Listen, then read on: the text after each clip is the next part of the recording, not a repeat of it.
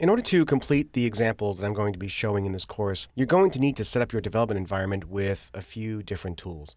First, you're going to need to use the latest version of Google Chrome as your browser in this course. And the reason for that is because the Chrome browser is the one that currently implements the widest part of the HTML5 file API. So you can download Google Chrome from google.com/Chrome, and this is the browser that I'm going to be using throughout this course. And of course, it works on Windows, it works on Mac, it works on a variety of systems. So go get the latest version of Chrome, and you'll be able to use the examples that you'll see me working on. The next thing you're going to need is some kind of text editor or development environment or some way to edit HTML and JavaScript. Now, I'm going to be using Aptana Studio, and the reason I'm using Aptana Studio is because it's free and it works on both Windows and Mac. So if you want to get a free IDE for editing HTML and JavaScript, Aptana Studio is a pretty good choice. But of course, you can use whatever you're used to. If you're used to using Dreamweaver or TextPad or Text Wrangler, that's fine as well, but I'm going to be using Aptana Studio.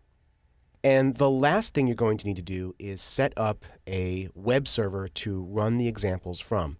It can either be a local web server or it can be a remote web server. The one that you currently use for your web testing is probably fine. The reason you need to use a web server is because of security.